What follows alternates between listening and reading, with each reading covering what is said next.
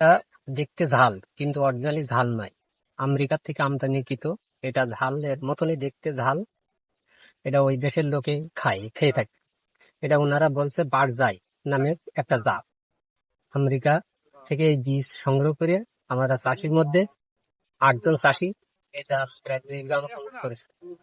সবার পরিস্থিতি মোটামুটি ভালো, ঝালের রঙও খুব ভালো। এখন এটা বীজ হিসেবে সংগ্রহ হবে, খাওয়ার হিসেবে নেই। এই জন্য এই জাতটা আমরা বেশি আগ্রহী এবং দেখা যাক কি দেখি হয়। কতটুকু পরিমাণ চাষ করছেন? আমি হচ্ছে এখানে 8 কাঠা জমি, 8 কাঠা জমিতে চাষ জমি করছেন। এই চালের চাষ করছি। ফল আসছে?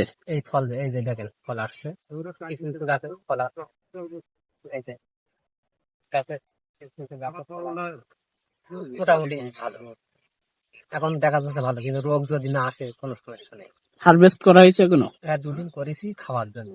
মানে এটা কি ঝালের মতোই? ঝালের মতনই, হালকা টক। হালকা টক। হুম। খাইতে পারবেন এখন? হ্যাঁ, খাওয়া যাবে। একটা ছেড়েন তো। ঝালের মতনই টক। মোটামুটি এটা ঝালের মতোই? ঝালের মতন। তাহলে এটা বীজ সংগ্রহ করবেন, তাই না? করে কোথায় পাঠাবেন এটা আবার? এরা আমাদের দেশে, সারা দেশে ছড়িয়ে দেওয়া হবে। সারা দেশেই? এটা কি মানে কৃষি বিভাগ সংগ্রহ করবে নাকি? না, আমরা চাষিরাই সংগ্রহ করে কৃষি বিভাগের হাতে দেব। মানে আপনারা চাষিরাই সংগ্রহ করে কৃষি বিভাগের হাতে দিবেন, আর সেখান থেকে সারা দেশে ছড়িয়ে যাবে। তাহলে এই জাতের নামটা কি বললেন? জাতের নাম বারজাই। বারজাই জাত। এটা আমেরিকা থেকে নিয়ে আসছেন? এই জাত।